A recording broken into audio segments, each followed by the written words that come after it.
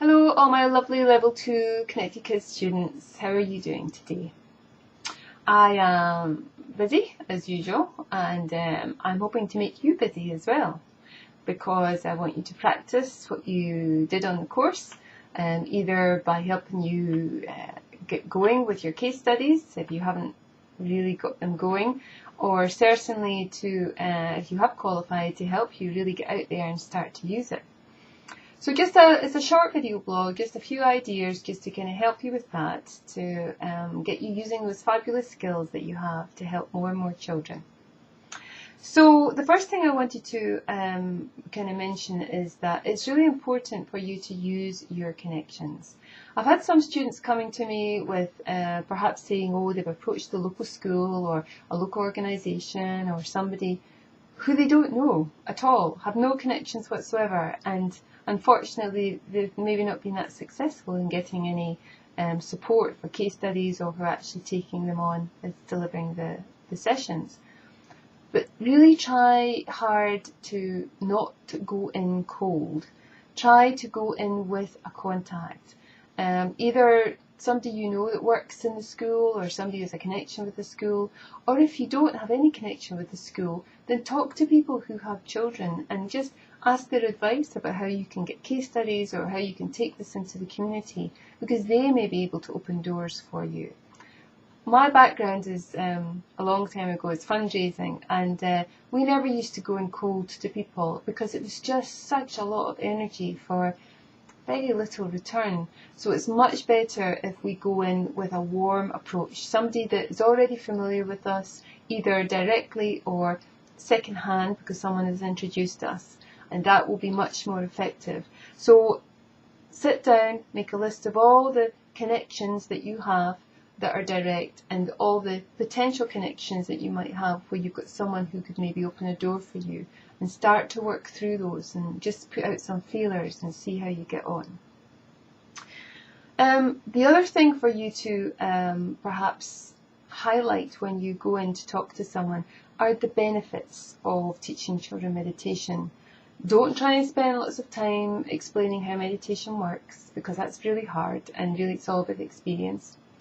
Don't try and convince them it's the next best thing to slice bread.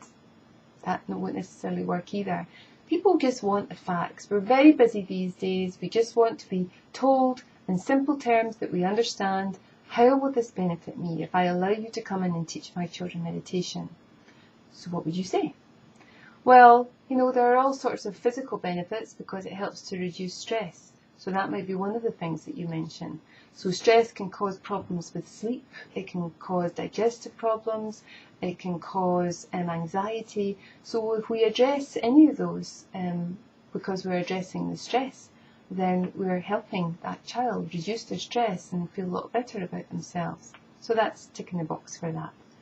Also, we maybe find that children have difficulty in expressing how they feel in a calm way. I mean, anyone who has children know that they don't always have problems expressing how they feel, but usually it's in a very loud way. So what we're trying to do is give them more calmer techniques that they can deliver a little bit more self-control, and meditation and mindfulness will help them with that.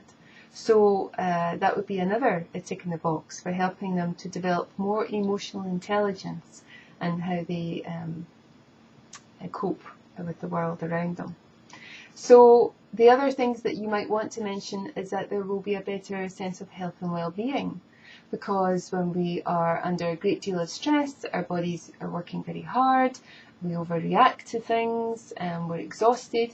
And the same goes for children. So you may find that their energy levels balance out a lot more and that they just feel better about themselves. So they're not so angry or upset or anxious. So that's another opportunity to highlight why they may want you to come and teach meditation. And then the final one, of course, is to do with focus and concentration. And if you're working with children who have difficulty with that, then it's a perfect way to help them develop that over a period of time. So it's all about focus and concentration, building that up, and that will effectively help them with their studies and with their exams as well at a later point in life. So those are some key benefits that you can put into the terms of the people that you're talking to, that they will understand, that will help convince them this is a really good idea for you to come in and teach their kids meditation. Sometimes I've had students who've said that, well, they're trying to develop meditations, they're not quite sure what to do, it's maybe a difficult case, or, I don't know, anything at all that they might feel a bit out of their depth. And remember the heart center based meditation we did in class, which again is available to you online or on the CD that you received in class. Some people got CDs, some people got it online.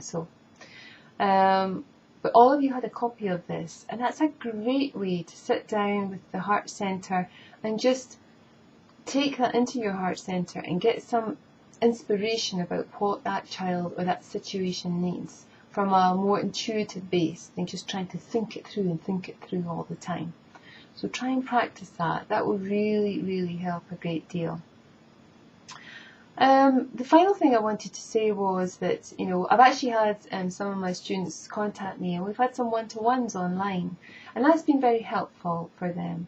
It means that maybe they've had a particular case that they struggled with, or perhaps they just don't know how to get started, they need a little bit of help and support, and I'm sure these video blogs are helpful, but they just wanted it to be more specific to them.